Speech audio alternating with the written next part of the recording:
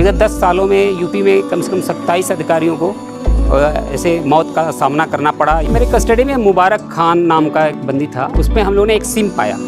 SIM को हम लोगों ने जब स्कैन किया, उसमें ये लिखा था कि मेरी हत्या इस ढंग से की जानी चाहिए ताकि पूरे प्रदेश के जेलों में एक टेरर छा जाए। हमने ऐसे बंदियों को भी देखा है जो बहुत ही छू देने वाली कविताएं लिख रहे हैं, जो रक्षाबंधन के दिन फूट फूट के।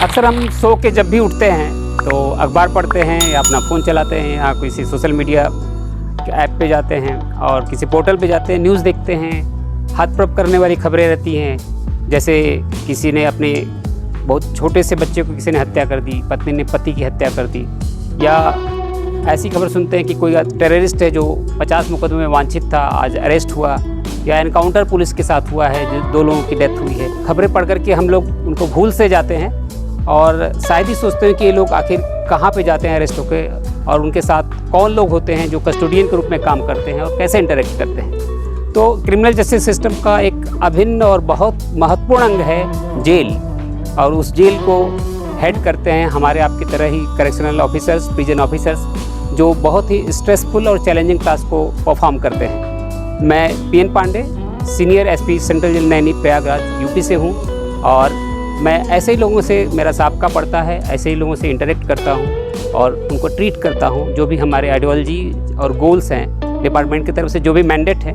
उसको फुलफिल करता हूँ। मैं बेसिकली यूपी के एक रिमोट डिस्ट्रिक्ट गाजीपुर से आता हूँ, ईस्टर्न यूपी का ज़िला है, और मेरी पढ़ाई लिखाई यूनिवर्सिटी ऑफ इलाहाबाद से हुई है। मैं लॉ ग्रेजुएट हूँ। अपने गाँव में एक सपना जैसा था कि आप एक अफसर बने और स्पेशली यूनिफॉर्म सेवा में आप जाएँ, तो बहुत ही आकर्षक एक सपना था। और इसके लिए हमारे टीचर्स बहुत इंस्पायर करते थे कि आसपास के लोग चयनित हुए हैं और ये क्वाइट पॉसिबल है कि मैं भी हो सकता हूँ। मेरे माँ बाप ने एक बोरे में कुछ सामान, पतीली और स्टोव और पिन दे करके मुझे भेजा था। फिर एक छोटे से कमरे में रह के 10+2 क्लियर करने के बाद यूनिवर्सिटी ऑफ इलाहाबाद के हॉस्टल में रहा। काफ़ी जद्दोजहद के बाद सफलता मिली, और इस सफलता पे ऐसी स्थिति थी कि हमारे घर परिजन सब बहुत गौरवान्वित अनुभव कर रहे थे, लेकिन इस सफलता के साथ एक बड़ी जिम्मेवारी मिली। ये जिम्मेवारी थी एक ऐसे लोगों को डील करना जो प्रथम दृष्टया समाज के बहुत अनवांटेड एलिमेंट्स होते हैं और वो एक कंसंट्रेटेड प्लेस पे रहते हैं, और जिसका नाम लेने में या जहाँ जाने में लोग एक भय जैसा वातावरण होता है, एक आसम फीलिंग रहती है। लेकिन जब मैंने इस जिम्मेवारी को संभाला, मैं इसके पहले कभी जेल देखा नहीं था। जब वहाँ गया तो देखा ये तो एक सेपरेट वर्ल्ड है, दूसरी किस्म की दुनिया है, जहाँ पे कुछ ऐसे लोग हैं जिनका अभी ट्रायल चल रहा है, उनको अपनी किस्मत का फैसला होना है, उनको नहीं मालूम कि मैं दोषी करार दिया जाऊँगा या नहीं। कुछ ऐसे लोग हैं जो दोषी करार दिए जा चुके हैं, मतलब इसे हम लोग टेक्निकल लैंग्वेज में अंडर ट्रायल और कन्विक्टेड प्रिजनर बोलते हैं। लेकिन ये इस दुनिया का शेड ऐसा नहीं कि बड़ी दुनिया से एकदम डिफरेंट है, वो उसका एक रेप्लिका होता है। जैसे बड़े ताजमहल के बगल में आप छोटा ताजमहल रखे हुए रहते हैं और सेल होता है, ठीक इस दुनिया में बाहरी दुनिया का शेड है। कोई साधु है, कोई संत है, कोई पोएट है, पॉलिटिशियन है, ब्यूरोक्रेट्स हैं, कोई इनोसेंट है, कोई बहुत भावुक आदमी है, कोई बहुत हार्डन मेंटालिटी का है। तो ये पूरी दुनिया को टैकल करना, उनसे इंटरेक्ट करना, उनके प्रोफाइल को समझना एक चैलेंजिंग टास्क होता है, और वर्ल्ड वाइड करेक्शनल सर्विसेज को एक चैलेंजिंग टास्क के रूप में रिकॉग्निशन मिलती है। ज्वाइन करते ही सबसे चैलेंजिंग और एस्टोनिशिंग फैक्ट ये था कि मैंने देखा कि एक बड़े नंबर्स में लोग हैं जिनको हमको मैनेज करना है, और हम लोग पुअरली अंडर स्टाफ्ड हैं। एक आदमी, एक बंदा देख रहा है 200-300 लोगों को, उसको वॉच एंड वार्ड करना है। और दूसरा एक चैलेंज था कि मोस्टली जो हमारे सबऑर्डिनेट्स थे कांस्टेबलरी के, वो लोकल साइड के रहते थे, तो उनका कन्नाइवेंस भी होता था। तो इस आर्ट सिचुएशन में रूल्स रेगुलेशन को इम्प्लीमेंट करना एक बहुत ही चैलेंजिंग टास्क। जेलों में डिफरेंट प्रोफाइल के प्रिजनर्स होते हैं, कुछ टेररिस्ट होते हैं, कुछ पॉलिटिकल बैकग्राउंड से होते हैं जो खुद पॉलिटिक्स में शामिल होते हैं, और वो पॉलिटिकल बैकग्राउंड के लोग चाहते हैं कि जैसे बाहरी सोसाइटी में उनका से है, होल्ड है, उसी ढंग से जेल के अंदर भी वो काम करे, और इसको रोकना एक चैलेंजिंग टास्क होता है। फिर वो डिपेंड करता है कि आपका जो वर्तमान सपोर्ट है, आपके जो मिनिस्टर्स हैं, आपका पॉलिटिकल सिस्टम, उसका विल पावर क्या है, उस हिसाब से हम टैकल करते हैं और उसमें सफलता भी मिलती है। टेररिस्ट जो हमारे लॉज थे लखनऊ जेल में मैं तैनात था, उनकी कोशिश रहती थी कि अपनी आइडियोलॉजी को अल्ट्रा जो वो है थ्योरी है उसको कैसे फैलाएं और लोगों से रेडिकलाइज कैसे करें। तो ऐसी घटना हम लोग के सामने आती है और हम उसको फिर सेपरेट करके और कैसे आइसोलेट करके उसको करना है दूसरे रिलीजियस के लोगों को उनसे करना है और उनके अनलॉकिंग आवर्स को चेंज करके हम उसको टैकल करते हैं। मेरे कस्टडी में मुबारक खान नाम का एक बंदी था और वो पहले की एक जेल अधीक्षिका के साथ मिसबिहेव उसने किया था, तो एक चैलेंज के रूप में मेरे यहाँ इसको ट्रांसफ़र किया गया था और ये कोशिश की गई थी कि उसको टाइट सिक्योरिटी में रखा जाए। डिस्पाइट माई बेस्ट एफर्ट्स हमको एक इंटेलिजेंस मिला कि उसके पास शायद मोबाइल है।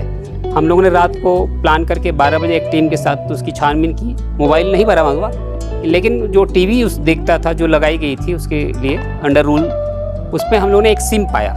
सिम को हम लोगों ने जब स्कैन किया और कंप्यूटर ला के देखा तो उसमें एक थ्रेटनिंग और मेरे पूरे हत्या का प्लान का लेटर उसमें फिट था स्कैन करके, और देयर आफ्टर उसमें ये लिखा था कि मेरी हत्या इस ढंग से की जानी चाहिए ताकि पूरे प्रदेश की जेलों में एक टेरर छा जाए और मैं कभी भी लॉक्ड रहूं तो मुझे पूरे अल्टीमेट फैसिलिटी मिले, आउट ऑफ फियर वहाँ के ऑफिसर्स ऐसा करें। देयर आफ्टर हम लोग ने इसको हायर अप ऑफिसर से टेकअप किया और उसको फिर हमारी जेल से दूसरी जेलों को शिफ्ट किया गया। सिमिलरली मेरी एक तैनाती थी वेस्टर्न यूपी के बहुत ही कुख्यात जेल में, और वहाँ 4-5 बड़े कुख्यात अपराधी थे जिनको मुझे शिफ्ट करना पड़ा अदर डिस्ट्रिक्ट में, सेंट्रल जेल्स में। उसमें से एक ने मेरी हत्या का प्लान किया कि ये जब तक इनका बदला नहीं लिया जाएगा तब तक ठीक नहीं रहेगा। फॉर्चुनेटली इंटेलिजेंस डिपार्टमेंट और पुलिस ने इसको अनवेल कर लिया और रात को 12:30 बजे मुझे बुलाया गया कि आपको ज़िंदगी का खतरा है, आपको अलर्ट रहना है, और मेरी सिक्योरिटी मैनी फोल्ड जो है उसको बढ़ा दी गई। और इस तरह से हम लोग लगातार एक स्ट्रेस में, तनाव में, लाइफ थ्रेट में जेल ऑफिसर्स रहते हैं। देखिए, आम छवि जेल की है कि जेलर जो है बहुत ही सख्त है या आतताई किस्म का होता है, लेकिन एक थोड़ा मिथ है। पहले तो हम ये जानते हैं कि जेल में जेलर सर्वोपरि अधिकारी नहीं होता, वो मेन एग्जीक्यूटिव अफसर होता है। फिर उसके कंट्रोल के लिए सुपरिटेंडेंट जेल होते हैं या सीनियर सुपरिटेंडेंट होते हैं, और जेलर का मुख्य काम चूँकि हमको रूल्स रेगुलेशन इम्प्लीमेंट करना रहता है कि इस टाइम तुमको बंद होना है, यहाँ मूवमेंट नहीं करना है, ऐसा नहीं करने देंगे। एक सॉर्ट ऑफ बहुत नेगेटिव टाइप काम होता है जो उनको अंकुश में रखने के लिए, तो एक उसकी इमेज बन जाती है कि हाँ ये तो बहुत हमेशा टोकने वाला आदमी है, मना करने वाला आदमी है, हमको परेशान कर रहा है। चूँकि हमारा एक बंद होने का टाइम है, खुलने का टाइम है, खाने का एक फिक्स टाइम है, मूवमेंट का फिक्स एरिया है, तो एक नेगेटिव एक इमेज होती है। लेकिन ऐसा नहीं है। बहुत से हम ऑफिसर्स, हमारा दूसरा एंगल है, हमको रिफॉर्म के लिए काम करते हैं, उनको प्रोफेशनल स्किल डेवलप करते हैं, हम उनको लीगल असिस्टेंस देते हैं जिनके पास वकील नहीं होते हैं। और बहुत से बंदी ऐसे होते हैं जो हमारी हेल्प से सुसाइड से बचते हैं और वो पोस्ट रिलीज इसको एक्नॉलेज करते हैं, हमको पर्सनली व्हाट्सएप करते हैं या वो सोशल मीडिया में इसको डालते हैं या लेटर लिख के एक्सेप्ट करते हैं। तो ऐसा नहीं है, हमारे बंदी भी सारे एक जैसे नहीं होते कि सारे अपराधी हैं, बहुत कुख्यात हैं। हमने ऐसे बंदियों को भी देखा है जो बहुत ही छू देने वाली कविताएं लिख रहे हैं, जो रक्षाबंधन के दिन फूट फूट के अपनी बहनों के लिए रोते हैं जो नहीं आ रहे हैं। या हम ऐसा भी देखते हैं कि पति पत्नी 2 डिफरेंट जेल में बंद हैं, तो एक पति अर्न करके जबकि 20 सालों से उस अपनी पत्नी का मुंह नहीं देखा है, उसको पैसा भेजता होता है। तो ऐसे बहुत ही दिल को छू देने वाली घटनाएं होती हैं। विगत 10 सालों में यूपी में कम से कम 27 अधिकारियों को ऐसे मौत का सामना करना पड़ा या मौत के लिए उनको अटैक किया गया। तो ये part and parcel of our job है। जैसे आर्मी में है तो आपको तैयार रहना पड़ता है, सिमिलरली हम इस सेवा में हैं तो हम तैयार रहते हैं मेंटली। जेल में डिफरेंट प्रोफाइल के बिजनेस होते हैं, लेकिन हमको टैकल करने में सबसे ज़्यादा उनसे दिक्कत होती है जो पॉलिटिकल बैकग्राउंड के होते हैं और अपना इलीगल डिमांड हमारे सामने पुटअप करते हैं और प्रेशराइज करना चाहते हैं एनी हाउ।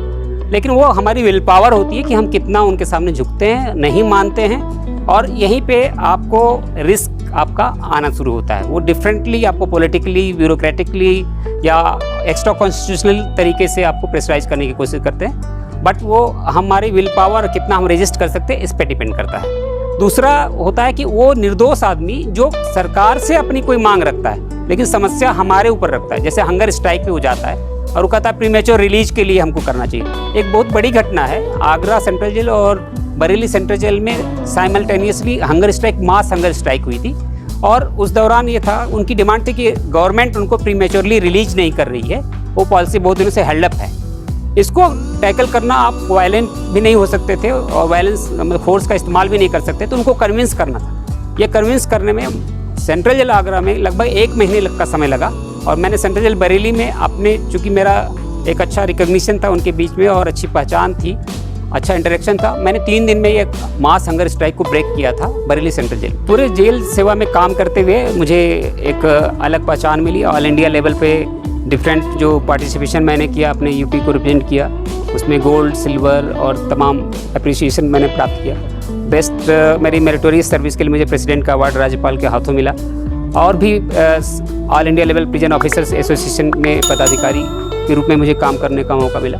तो ये जो पहचान आपको मिलती है, ये सब मिलता है जो कीमत आप चुकाते हैं अपनी नींद की, अपने स्वास्थ्य की या अपने डिप्रेशन की, अवसाद की, उसके बदले में जब ये सब चीज़ें मिलती हैं तो आप उसको काउंटर करने में सक्षम होते हैं। एस्पिरेंट्स जो सिविल सर्विसेज में हैं और ज़िंदगी के किसी भी कोने में आप एस्पायर कर रहे हैं किसी हायर पोजीशन के लिए, अगर आप सोचते हैं कि आप जाएंगे, बहुत कंफर्ट जोन रहेगा, बहुत आप इकोनॉमिकली रिच हो जाएंगे, तो ये आपकी गलतफहमी है। आप अगर पहचान चाहते हैं, आप समाज को कुछ कंट्रीब्यूट करना चाहते हैं, तो आपको एक चैलेंज मिलेगा, आपको उससे टैकल करना पड़ेगा, आपको परेशानियां भी आएंगी, लेकिन these all are the parts of our life and we will have to tackle those things and we will have to overcome all the challenges.